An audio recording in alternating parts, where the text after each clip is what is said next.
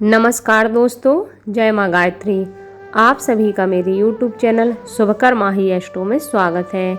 अपने परम पूजनीय गुरुदेव प्रज्ञा अवतार श्री रामाचार्य शर्मा जी तथा वंदनीय माता जी के चरणों में वंदन करते हुए आज मैं आप सभी को इस वीडियो में सुनाने जा रही हूँ कार्तिक माह महात्म्य की अध्याय 3 व अध्याय 4 की कथा। धर्मशास्त्रों में बताया गया है कि कार्तिक माह में कार्तिक महात्म्य की कथा सुनने मात्र से भगवान विष्णु के साथ साथ माता लक्ष्मी की कृपा भी बनी रहती है। तो हर व्यक्ति को कार्तिक माह की कथा जरूर सुननी चाहिए।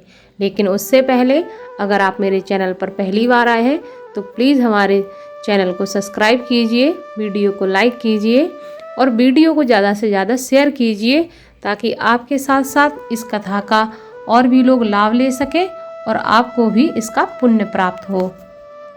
सत्यभामा ने कहा, हे प्रभु, आप तो सभी काल में व्यापक हैं और सभी काल आपके आगे एक समान हैं। फिर यह कार्तिक मास ही सभी मासों में श्रेष्ठ क्यों है? आप सब तिथियों में एकादशी और सभी मासों में कार्तिक मास को ही अपना प्रिय क्यों कहते हैं?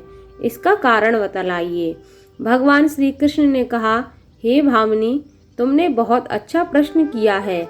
मैं तुम्हारे इस प्रश्न का उत्तर देता हूँ, ध्यान पूर्वक सुनो। इसी प्रकार एक बार महाराज वेन ने पुत्र राजा पृथु ने प्रश्न के उत्तर में देवर्षि नारद से प्रश्न किया था और जिसका उत्तर देते हुए नारद जी ने उसे कार्तिक मास की महिमा बताते हुए कहा, हे राजन, एक समय शंख नाम का एक राक्षस बहुत बलवान एवं अत्याचारी हो गया था। उसके अत्याचारों से तीनों लोकों में त्राही त्राही मच गई।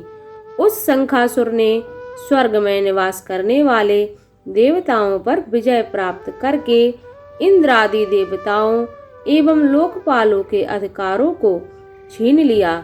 उससे भयभीत होकर समस्त देवता अपने परिवारों के सदस्यों के साथ सुमेरु पर्वत की गुफाओं में बहुत दिनों तक छिपे रहे। तत्पश्चात वे निश्चिंत होकर सुमेरु पर्वत की गुफाओं में ही रहने लगे। उधर जब शंखासुर को इस बात का पता चला कि देवता आनंद पूर्वक सुमेरु पर्वत की गुफाओं में निवास कर रहे हैं तो उसने सोचा कि ऐसी कोई दिव्य शक्ति अवश्य है जिसके प्रभाव से अधिकारहीन यह देवता अभी भी बलवान है। सोचते सोचते वह इस निर्णय पर पहुंचा कि वेद मंत्रों के बल के कारण ही देवता बलवान हो रहे हैं। यदि इनसे वेद ही छीन लिए जाएं तो वे बलहीन हो जाएंगे। ऐसा विचार करके शंखासुर ब्रह्मा जी के सत्यलोक से शीघ्र ही वेदों को हर लाया। उसके द्वारा ले जाए जाते हुए भय से उसके चंगुल से निकलकर भागे और जल में समा गए। शंखासुर ने वेद मंत्रों तथा बीज मंत्रों को ढूंढने हुए सागर में प्रवेश किया, परंतु ना ही उसको वेद मंत्र मिले और ना ही बीज मंत्र। जब शंखासुर सागर से निराश होकर वापस लौटा तो उस समय ब्रह्मा जी पूजा की सामग्री लेकर सभी देवताओं के साथ भगवान विष्णु की शरण में पहुँचे और भगवान की गहरी निद्रा से जगाने के लिए गाना बजाने लगे। धूप गंध आदि से बारंबार उनका पूजन करने लगे। धूप दीप नैवेद्य आदि अर्पित किए जाने पर भगवान की निद्रा टूटी और वह देवताओं के सहित ब्रह्मा जी को अपना पूजन करते हुए देखकर बहुत प्रसन्न हुए और कहने लगे, आप लोगों के इस कीर्तन एवं मंगलाचरण से बहुत प्रसन्न हूँ मैं। आप अपना अभीष्ट वरदान मांगिए, मैं अवश्य ही वरदान प्रदान करूँगा। जो मनुष्य अश्विन शुक्ल की एकादशी से देवोत्थान एकादशी तक ब्रह्म मुहूर्त में उठकर मेरी पूजा करेंगे, उन्हें तुम्हारी ही भांति मेरे प्रसन्न होने के कारण सुख की प्राप्ति होगी। आप लोग जो पाद अर्घ्य आचमन और जल आदि सामग्री मेरे लिए लाए हैं वे अनंत गुणों वाली होकर आपका कल्याण करेगी। शंखासुर द्वारा हरे गए संपूर्ण वेद जल में स्थित हैं। मैं सागर पुत्र शंखासुर का वध करके उन वेदों को भी ले आऊंगा। आज से मंत्र बीज और वेद सहित मैं प्रतिवर्ष कार्तिक मास में विश्राम किया करूंगा। अब मैं मत्स्य का रूप धारण करके जल में जाता हूँ। तुम सब देवता भी मुनीश्वरों सहित मेरे साथ जल में आओ। इस कार्तिक मास में जो श्रेष्ठ मनुष्य प्रातः काल स्नान करते हैं, वे सब यज्ञ के अवभृत स्नान द्वारा भली भांति नहा लेते हैं। हे देवेंद्र, कार्तिक मास में व्रत करने वालों को सब प्रकार से धन, पुत्री, पुत्र आदि देते रहना और उनकी सभी आपत्तियों से रक्षा करना। हे धनपति कुबेर, मेरी आज्ञा के अनुसार तुम उनके धन धान की वृद्धि करना, क्योंकि इस प्रकार का आचरण करने वाला मनुष्य मेरा रूप धारण करके जीवन मुक्त हो जाता है। जो मनुष्य जन्म से लेकर मृत्यु पर्यंत विधि पूर्वक इस उत्तम व्रत को करता है, वह आप लोगों का भी पूजनीय है। कार्तिक शुक्ल पक्ष की एकादशी तिथि को तुम लोगों ने मुझे जगाया है, इसलिए यह तिथि मेरे लिए अत्यंत प्रतिदायिनी और माननीय है। हे देवताओं, यह दोनों व्रत नियम पूर्वक करने से मनुष्य मेरा सानिध्य प्राप्त कर लेता है। इन व्रतों को करने से जो फल मिलता है वह अन्य किसी व्रत से नहीं मिलता। अतः प्रत्येक मनुष्य को सुखी और निरोग रहने के लिए कार्तिक महात्म्य और एकादशी की कथा सुनते हुए उपयुक्त नियमों का पालन करना चाहिए। नारद जी ने कहा। ऐसा कहकर भगवान विष्णु मछली का रूप धारण करके आकाश से जल में गिरे। उस समय विंध्याचल पर्वत पर तप कर रहे महर्षि कश्यप अपनी अंजलि में जल लेकर खड़े थे। भगवान उनकी अंजलि में जा गिरे। महर्षि कश्यप ने दया करके उसे अपने कमंडल में रख लिया। मछली के थोड़ा बड़ा होने पर महर्षि कश्यप ने उसे कुएं में डाल दिया। जब वह मछली कुएं में भी न समा सकी तो उन्होंने उसे तालाब में डाल दिया। जब वह तालाब में भी न आ सकी तो उन्होंने उसे समुद्र में डाल दिया। वह मछली वहां भी बढ़ने लगी।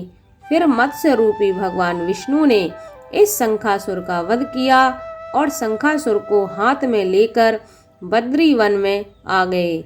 वहां उन्होंने संपूर्ण ऋषियों को बुलाकर इस प्रकार आदेश दिया, मुनीश्वरों, तुम जल के भीतर बिखरे हुए वेद मंत्रों की खोज करो और जितनी जल्दी हो सके उन्हें सागर के जल से बाहर निकाल लाओ। तब तक मैं देवताओं के साथ प्रयाग में ठहरता हूँ। तब उन तपोबल संपन्न महर्षियों ने यज्ञ और बीजों सहित संपूर्ण वेद मंत्रों का उद्धार किया। उनमें से जितने मंत्र जिस ऋषि ने उपलब्ध किए, वही उन मंत्रों का उस दिन से ऋषि माना जाने लगा। तदंतर सब ऋषि एकत्र होकर प्रयाग में गए। वहां उन्होंने ब्रह्मा जी सहित भगवान विष्णु को उपलब्ध हुए सभी वेद मंत्र समर्पित कर दिए। सब वेदों को पाकर ब्रह्मा जी बहुत प्रसन्न हुए। उन्होंने देवताओं और ऋषियों के साथ प्रयाग में अश्वमेघ यज्ञ किया। यज्ञ समाप्त होने पर सब देवताओं ने भगवान से निवेदन किया, देवाधिदेव जगन्नाथ, इस स्थान पर ब्रह्मा जी ने खोए हुए वेदों को पुनः प्राप्त किया है और हमने भी यहाँ आपके प्रसाद से यज्ञ भाग पाए हैं। अतः यह स्थान पृथ्वी पर सबसे श्रेष्ठ पुण्य की वृद्धि करने वाला एवं भोग तथा मोक्ष प्रदान करने वाला हो। साथ ही यह समय भी महापुण्यमय और ब्रह्मघाती आदि महापापियों की भी शुद्धि करने वाला हो तथा यह स्थान यहाँ दिए हुए दान को अक्षय बना देने वाला भी हो। ऐसा वरदान दीजिए। भगवान विष्णु बोले, देवताओं से तुमने जो कुछ कहा है वह मुझे स्वीकार है। तुम्हारी इच्छा पूर्ण होगी। आज से यह स्थान ब्रह्म क्षेत्र के नाम से जाना जाएगा। सूर्य वंश में उत्पन्न राजा भागीरथ यहाँ गंगा को ले आएंगे और वह यहाँ सूर्य कन्या यमुना से मिलेगी। ब्रह्मा जी और तुम सब देवताओं मेरे साथ यहाँ निवास करो। आज से यह तीर्थराज के नाम से विख्यात होगा। तीर्थराज के दर्शन से तत्काल सब पाप नष्ट हो जाएंगे।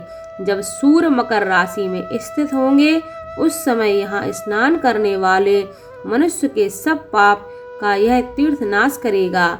यह काल भी मनुष्यों के लिए सदा महान पुण्य फल देने वाला होगा।